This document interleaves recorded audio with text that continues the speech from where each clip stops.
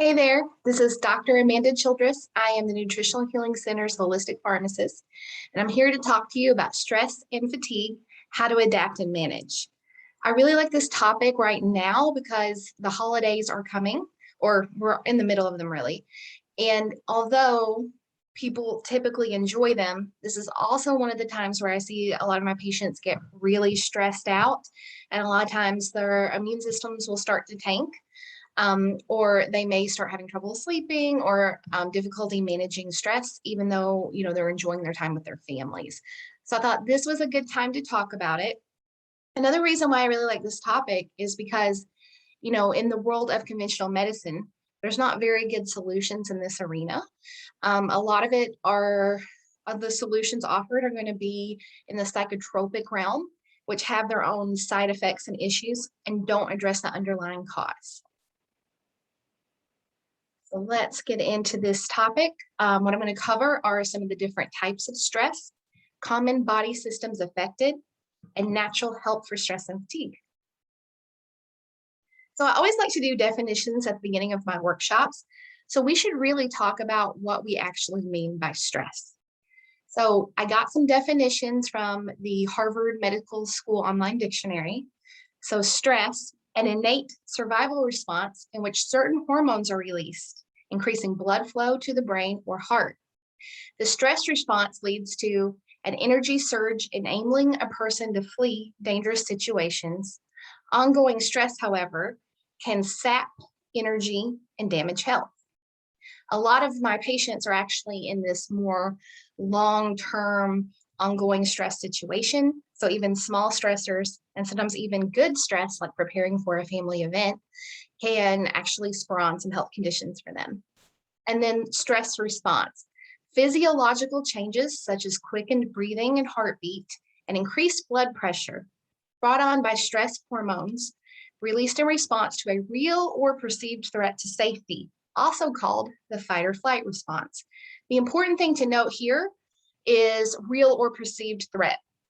So especially if you've been on this ongoing high stress, or maybe you have a history of trauma, you may be really easily triggered by things that are perceived as a threat. It could be something pretty overall innocent, but if this mechanism has been overwhelmed for a long time, even small stressors can spur on the fight or flight response, which is the situation that a lot of people with chronic anxiety are in.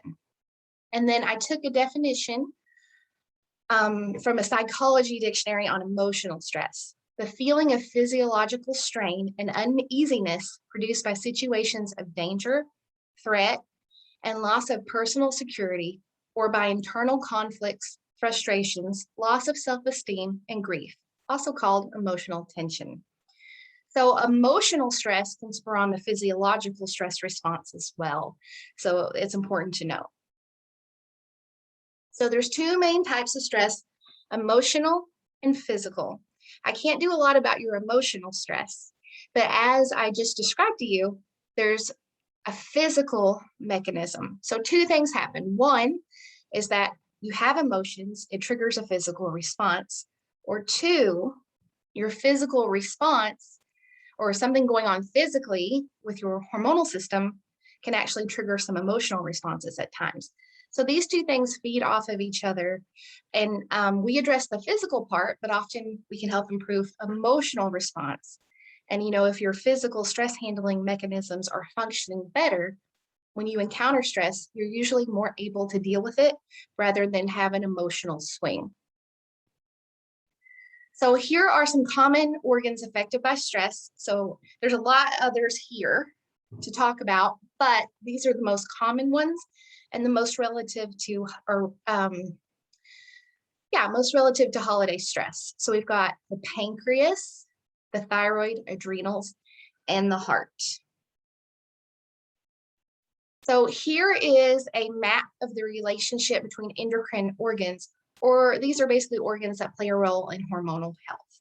And I just want to throw this up here to kind of help you put into context why these are important. Why do we care so much about your pancreas and sugar? Well, if you look right in the center, here's the pancreas. And and below that, the thyroid. And over in the corner, we've got adrenals, which I'll be talking about all these areas. So every one of these lines represents a message either to or from one of these organs or glands to another. So any disruption within this axis can trigger all sorts of problems for the body.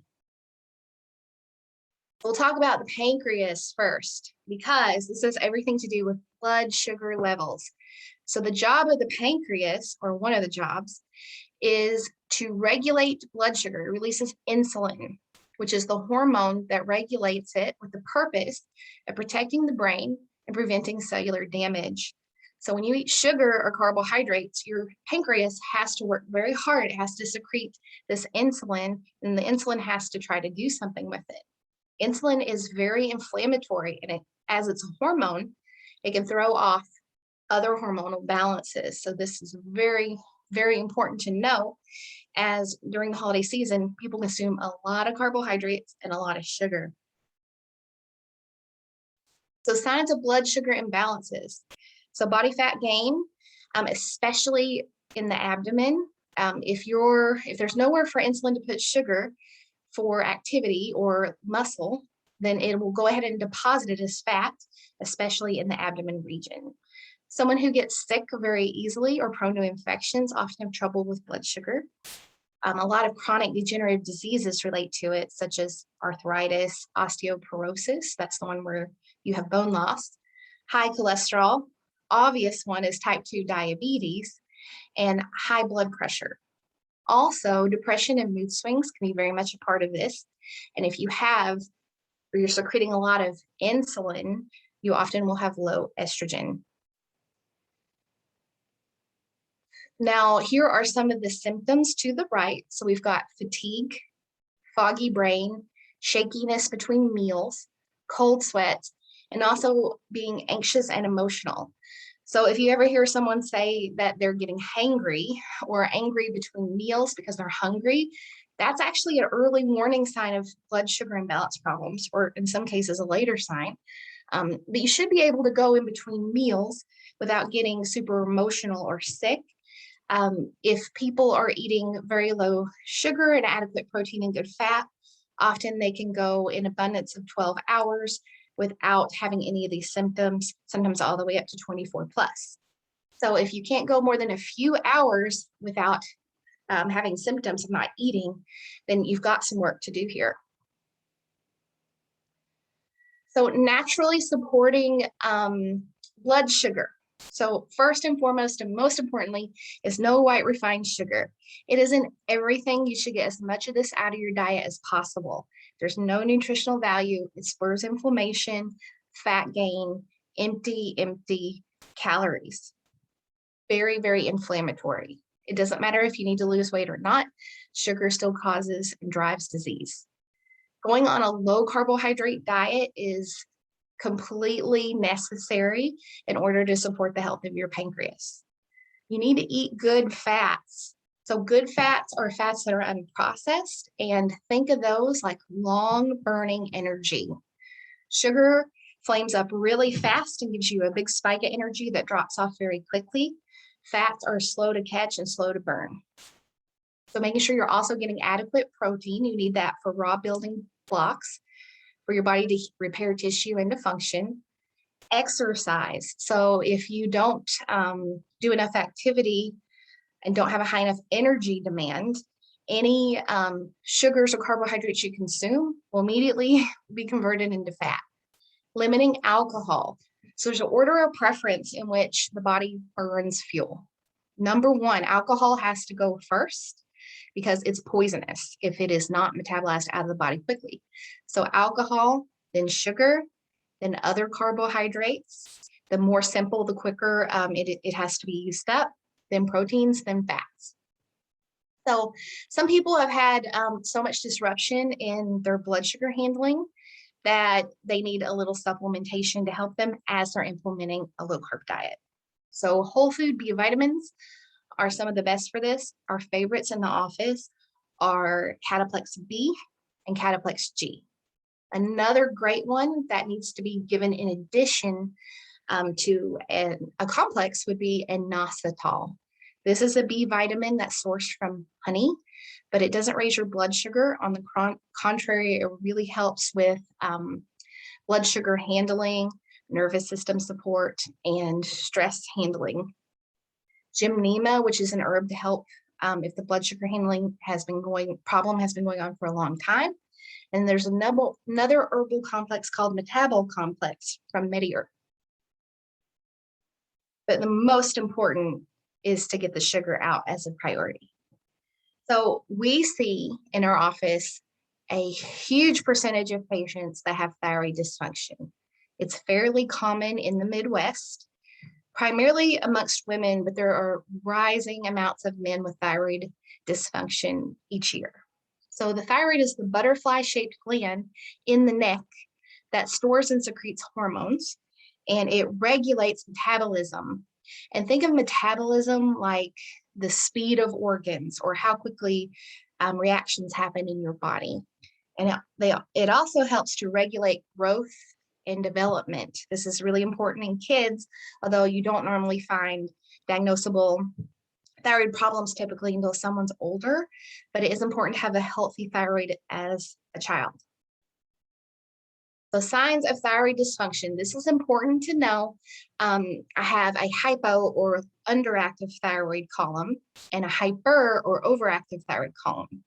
Here's the part that conventional medicine rarely gets, is that you can switch back and forth from one to the other.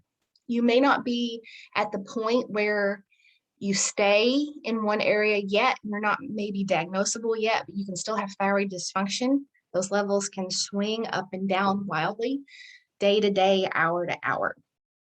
So typically, if someone's low thyroid, you're going to see these symptoms such as weight gain, depression, dry skin, constipation, loss of the outer third of the eyebrows, usually a good warning sign, fatigue, brain fog or poor memory, choking or difficulty swallowing often, heart pounding, and muscle pain.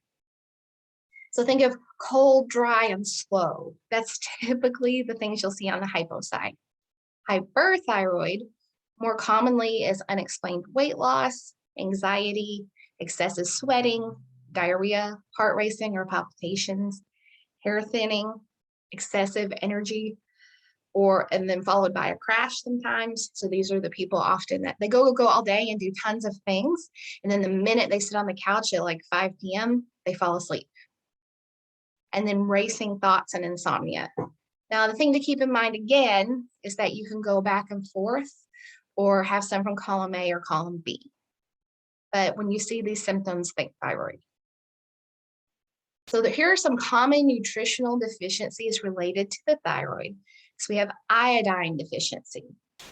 Now, a lot of people have iodine deficiency, but you have to be careful with how you supplement it. This is definitely something that can be overdone. So a good place to start with making sure you're getting good iodine would be, if you can, eating good quality shellfish, good quality grass-fed butter, but primarily, don't get this from your salt. I don't recommend iodized salt. I recommend like kelp or seaweed or dulse. You can throw a little bit of that into soups you cook and strain them out just to get a little more iodine content in your food. Calcium is a common deficiency. Again, you have to be careful on how you supplement calcium.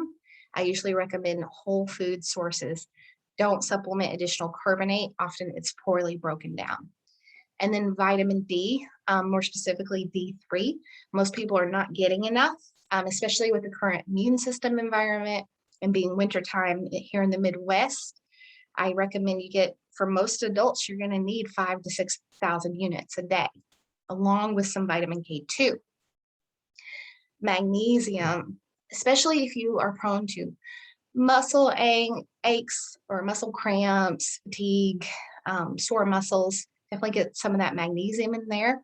There's topical versions. There's one from Ancient Minerals that's either a lotion or an oil, or there's supplements for that too. If you tend to have a lot of trouble resting or relaxing, I usually like to recommend the Natural Calm powder that you can drink, or one called Opti Mag Neuro. That one's more highly absorbed by the nervous system.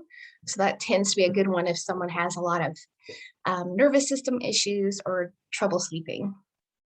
And then essential fatty acids like good quality flaxseed oil, black currant seed oil, and high quality omegas, so fish oils. I really like the Nordic Naturals fish oils.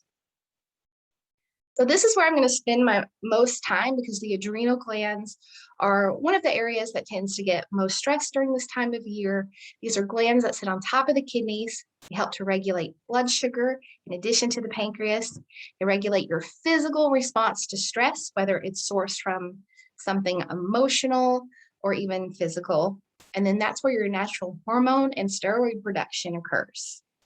So this is a picture of where they sit on top of your kidneys. They're small, but they do a whole lot of work.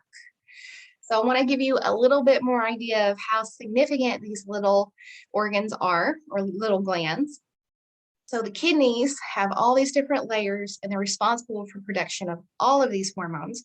You've got aldosterone, which plays a big role in the kidneys and what they do with water. This is a huge part of the blood pressure regulation system, and a lot of pharmaceuticals target in this area.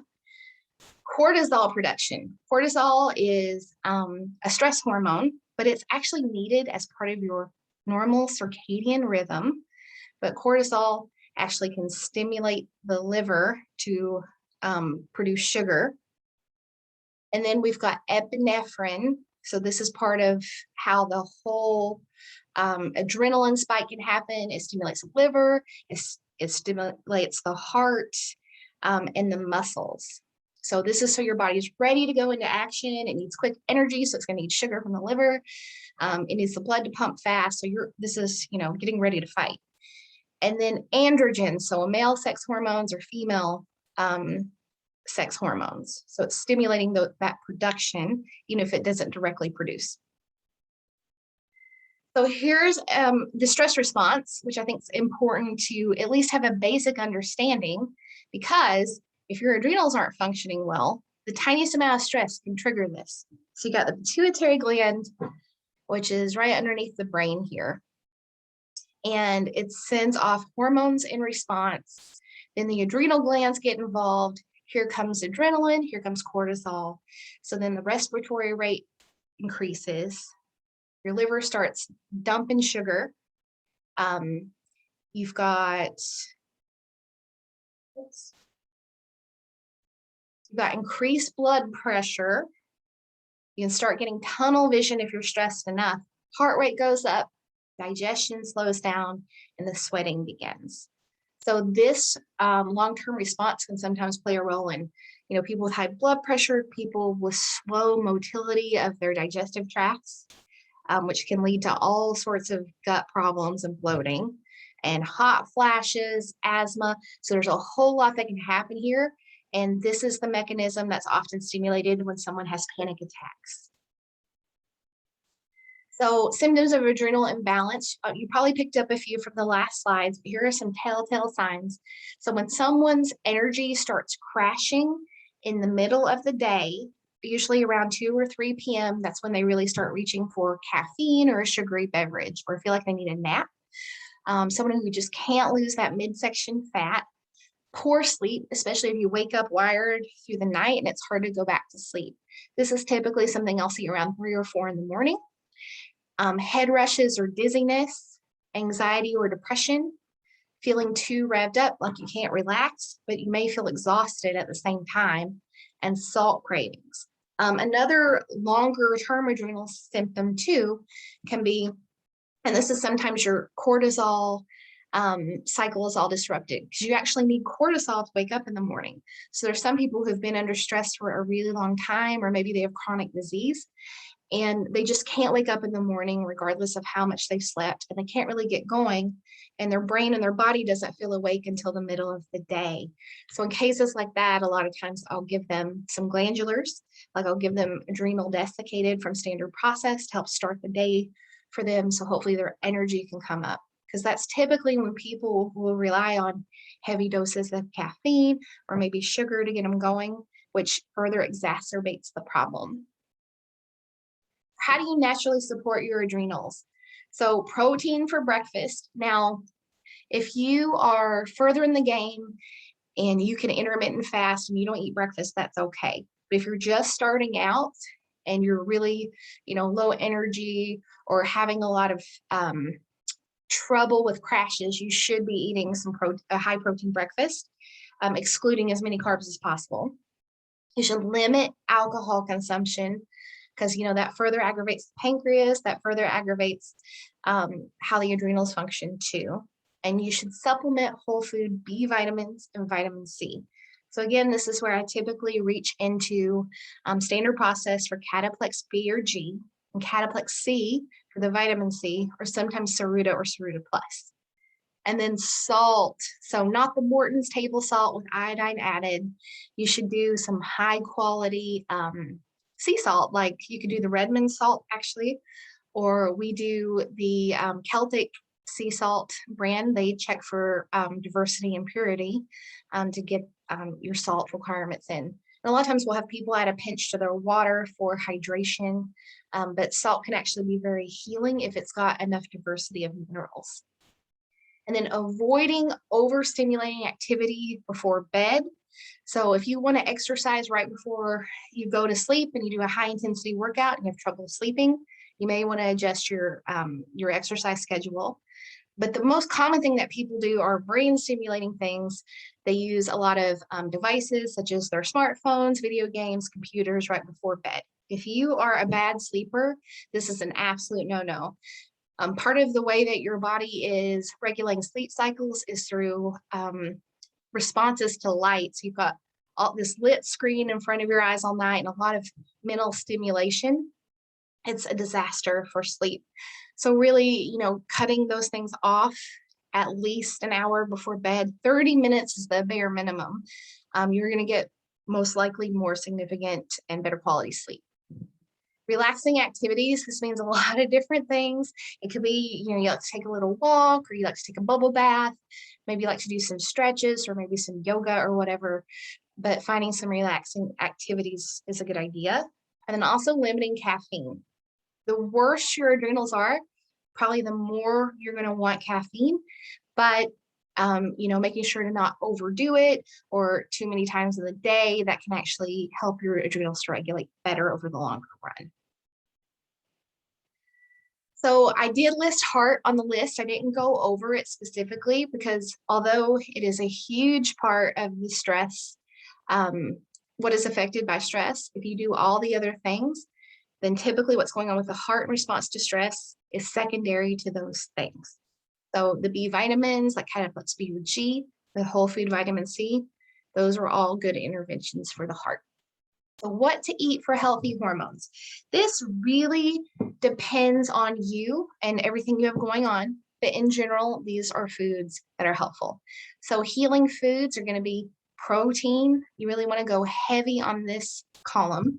So pastured eggs are ideal, wild-caught seafood, grass-fed or pastured meats, good fats. So high-quality animal fat is actually really good for cooking at high temperatures. Olive oil, coconut milk, or even coconut butter, grass-fed butter, avocados or avocado oil. These are some of the really good fats. And then vegetables are typically across the board good unless you have some special conditions. That's for another time.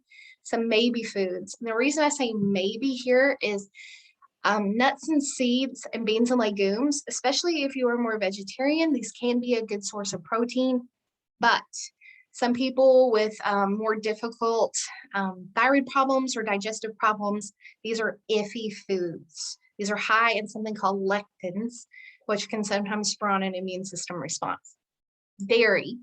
So dairy, if it's high quality, can sometimes be a fantastic source of fat and protein, and it tastes really good, but it may spur fungal conditions, it may spur digestive problems, so it really depends on you.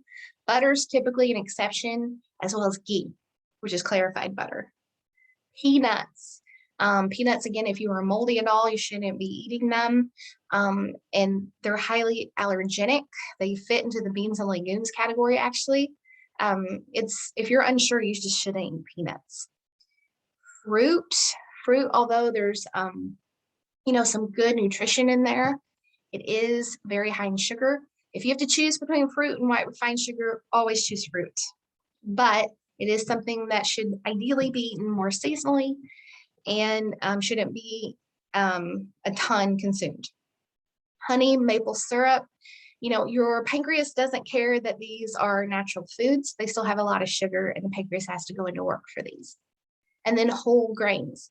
I have some patients that do really well if they keep the quantities low, but they're consuming things like high quality rice and, the more whole grains. This doesn't mean like whole grain wheat bread.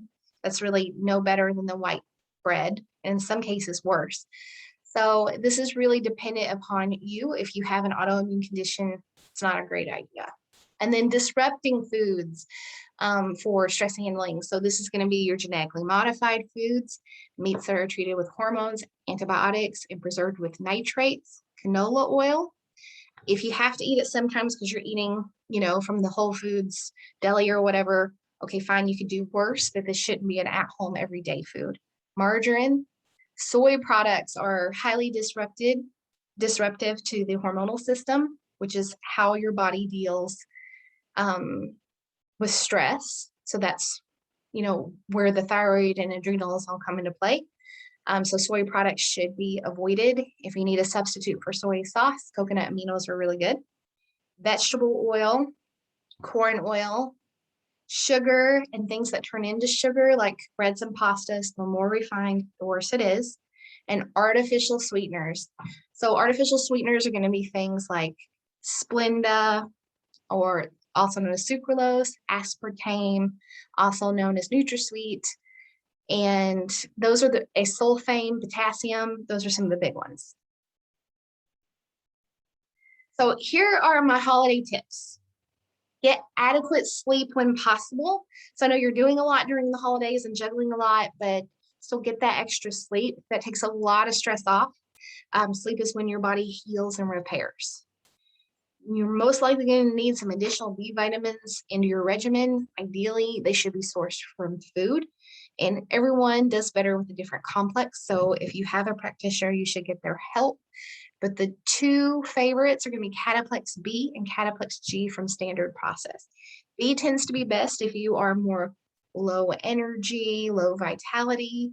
So if you need the more stimulating effects, G, or Cataplex G, tends to be more ideal for people who are exhausted but overwhelmed, have trouble relaxing, sleep problems, and high blood pressure.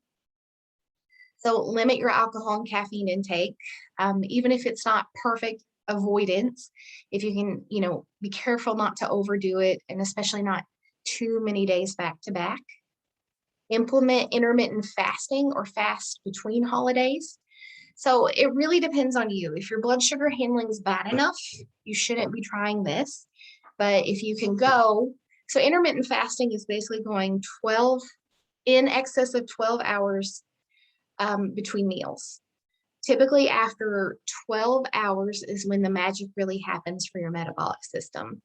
So a lot of people will do anywhere from 14 to 24 hour fast in between, or if you're just getting started, 12. It's a good rule of thumb to make sure you have 12 hours between dinner and your morning meal.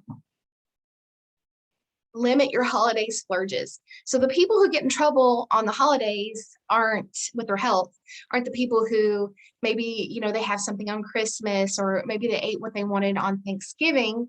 It's more the people who, oh, my coworker brought these cookies to work, so I'm eating cookies today. Oh, we're having, a cookie making party tomorrow. And then the next day, it's an ongoing thing. It may turn into anywhere from, a month. Oh, it could be a week, a month, or maybe a couple months of just lots and lots and lots of splurges, or maybe something every day. So that's where you really get in trouble. The other thing is to have paleo or keto substitutes where possible. So, if your favorite thing is you like to have a brownie, then, there's keto versions of that. Or, so there's better choices in that you can do that will limit your splurges. And then also reevaluating your holiday priorities and traditions. You can always make your new ones. And unfortunately, a lot of holiday traditions are focused around eating bad food. So you can always look at that. But the other thing too is that, maybe setting some new traditions that aren't as food centered.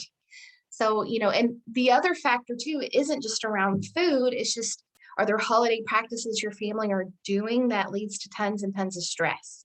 So if it's that you spend 3 days cooking, maybe there are some things that you can do to prepare some things, or, maybe you do a few less side dishes or whatever.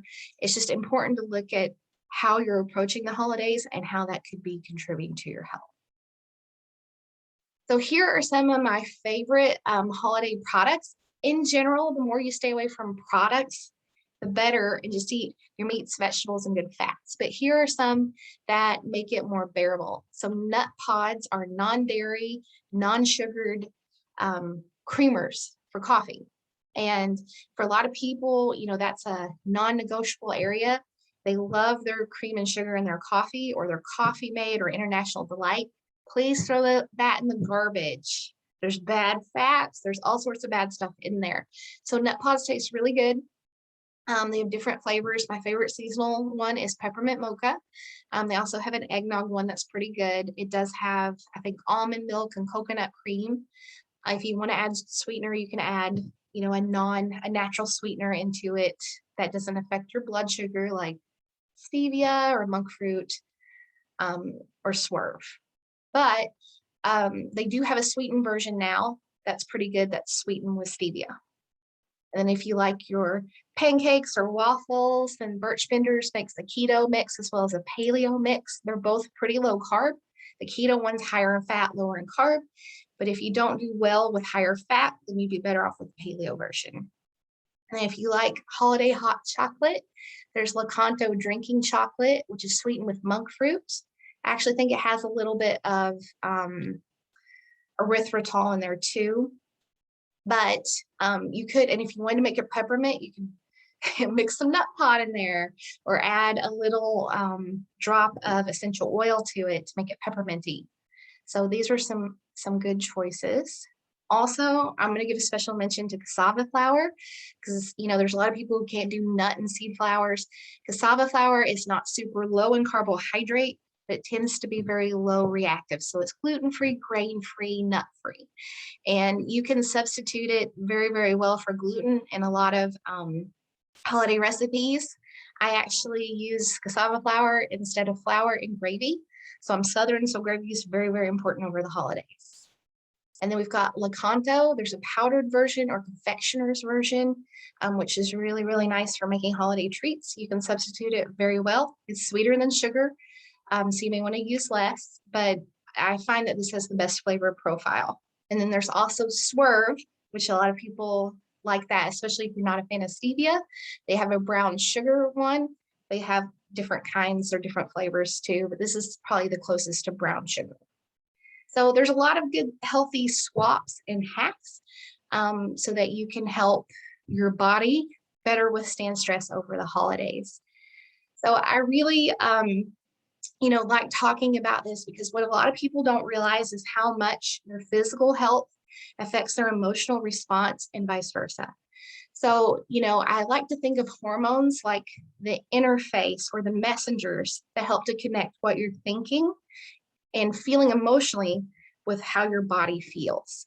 So think of your hormones in that context. These are the responders that are creating the physical effect based upon your thought. But if the hormones are too out of whack, they can actually start sending messages that give you the idea that something emotional is going on. So because of that, a lot of people end up on psychotropics unnecessarily. So, I've talked to so many people who are diagnosed with depression, and basically they come in and they say, I was having, a lot of fatigue. I couldn't get up in the morning. I couldn't get out of bed. I just didn't feel like doing the things that I normally enjoy anymore. And I saw a doctor and they said, you're depressed. And they wrote me a prescription. And here they are years later, and they still feel that way. And I asked them, do you think you were depressed. I'm like, well, I don't know. I was tired. So, a lot of the things that mimic depression, anxiety, the actual cause is highly physical. So if you go after a psychotropic or medications that target the mind, they may over the short time help with the symptoms, but they don't actually heal the cause. So I have a huge passion for helping people with their physical and mental health through nutrition and through natural interventions. So I hope you found something useful to help you best enjoy your holidays and your family this season. Thank you so much for joining me. You can always contact the office if you have questions or want to set up an appointment. So we're the Nutritional Healing Center of Ann Arbor. We have an email address here, or you can give us a call. But anyways, thank you for joining me and have healthy, happy holidays.